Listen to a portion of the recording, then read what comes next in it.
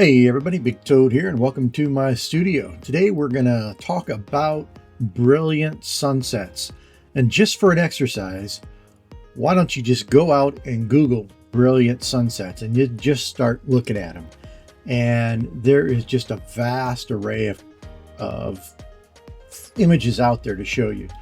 And so just look at these things and the brilliance of them, just how different they are, the colors.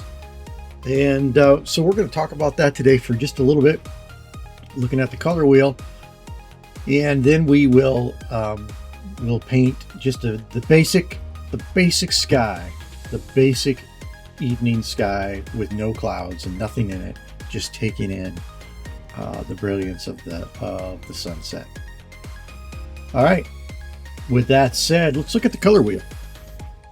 The brightest color you're going to see, or the base color, is yellow. Sunsets start at yellow, and it's just a matter of how far around they go until they get to the violet or the fully black sky, which would be really a deep blue.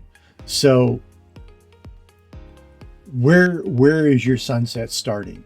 You could start at yellow and you can go all the way around to the blues for the full effect, but that's early in the sunset. Later in the sunset, you're going to be starting in that yellowish orange area, and then later in the sunset, it's going to default to the orange, and then later it'll be more of the red orange, and eventually you'll get the reds in there. And you can have all those at once in a sky. You can go from the yellow all the way to the darkest, or you can use any combination of those kind of in a row. But you, as a painter, you want to kind of think about how you use these in a row, 2 or 3 of them in a row, or all of them together to do this guy. Now you can skip to some light blues at any time. That's just, you can skip any of these and just jump right into the blues, and that's completely acceptable. So if you could start with the sunset in yellow, orange, and the rest of the sky can be blues, and light blues out to the dark blues. Or you could start at the orange and go the deep orange, the red, and then the blues. Or you could go from yellow almost right to the deep orange, deep reds, and then into the blues. And you start throwing clouds in there, and then you have all kinds of different varieties. But there's almost no way to do it wrong as long as you start from yellow and think outwards, think around the color wheel towards the blues, from yellows through the oranges around to the blues. Those are the colors you're going to use in your sunset. So the yellow I started with is cadmium yellow light, and it maybe is not showing up very good in this video, but that's almost the standard yellow that you think of when you think of yellow. You could start this with about any yellow you want, though, as long as you're working from that yellow around towards the reds and the violets. So if you don't have cadmium yellow light, just start with the yellow you want and just work around. Now I'm coming right in here with a cad yellow medium. I could have gone an in-between color, maybe taken the cad yellow medium and lightened it a little bit with titanium white or some such thing as that, but I'm just going right into the cad yellow medium. And I will put that on, and I can come back in. I'm going to pull those colors together in a moment and make that transition. I don't want to start transition like I have there, so I will smooth out that transition, or I should more likely say I will randomize that transition from cad yellow light to cad yellow medium. So to make that transition better, I come back with some cad yellow light and I pull that out into the cad yellow medium and make that transition a little smoother and more subtle. Not really a blending, but it pulls those two colors together. So I went out again from the center with more cad yellow light, pulled it into the cad yellow medium until I broke up that abrupt edge. And you can see how that randomizes that sunset a little bit better. So next, After I do this, I come in with a darker orange, and it's pretty dark, but I pull that darker orange in. I used CAD yellow medium and pulled in some red. I can't remember if it was alizarin crimson or CAD red medium. Anyway, I pulled one of those two colors into it. You'll have to experiment with your own palette. So not to panic, but that's a little, not quite the orange I want, but I can come back in with some CAD yellow medium and start putting that right into that red and make it then blend. Even though I'm not blending, I'm going to use the word blend in a non-traditional blending of colors, and I will blend those edges of those colors into that yellow. Essentially what I'm doing is I'm mixing the color right there on the canvas or the board. I was a little too deep in orange, so I came back in with the next color lighter, which is the CAD yellow, the CAD yellow medium, and I mixed back in some CAD yellow medium on top of that orange.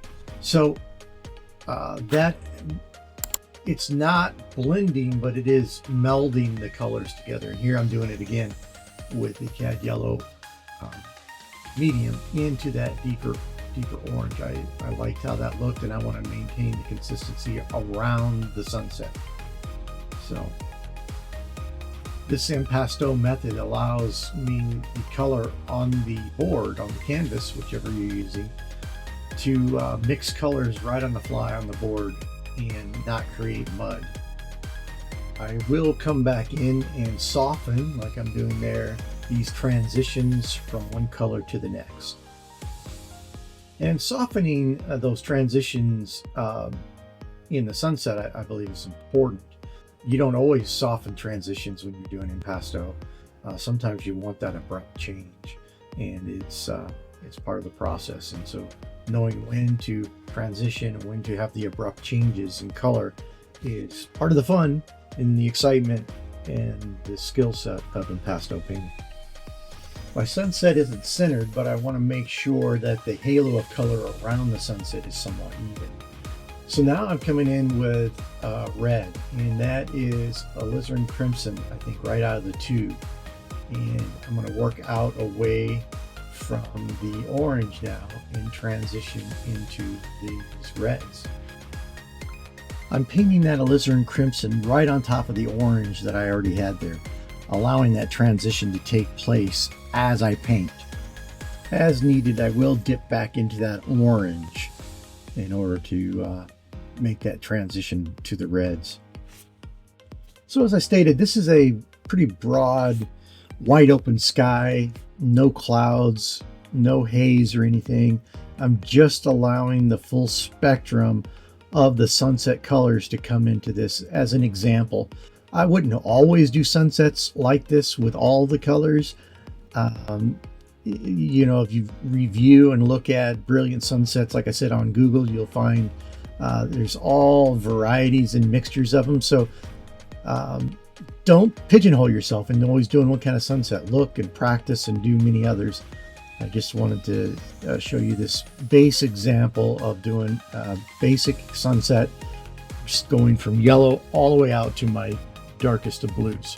You can see I started with a dark color that just wasn't right. Had it on my palette, so I thought I'd use it, and it was not good. So I remixed and came back out with a really nice dark violet purplish color, and that will be the darkest sky part of the sky. And again, this is I'm trying to cover the full spectrum of a sky with this painting, so I'm going from the brightest yellow out to the darkest of nights.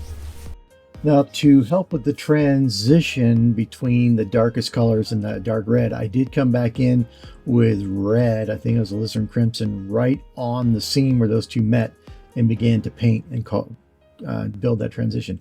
Now, the trick here is you can quickly make mud with the reds and the purples together because it can be so dark so quick. So you need to be careful, especially with those two colors, when you start melding them together.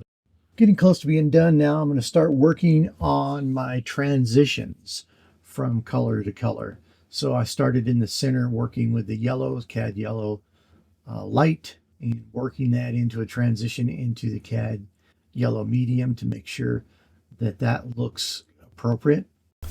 Then I move outwards to the CAD yellow medium into the orange. And as I pick up that color on my brush, I can move that up and work on that transition between the orange and the reds. And I can go right out and use that for the transition between the reds and the deep dark purple. It's important that you work from the inside out so that you don't pull dark colors into the center. And I have just placed titanium white right in the center of the sun. That gives us the brightest look of all. That is highly optional. You only want to do that when your sun is going to be right on the horizon. Well, that wraps up this video. That sunset's done for the most part. Next video, I'm going to put this sunset right into a painting with some mountains and some beautiful pine trees. All right. Well, thanks for joining me on this. Hope you learned something. This is the Big Toad, and I am out.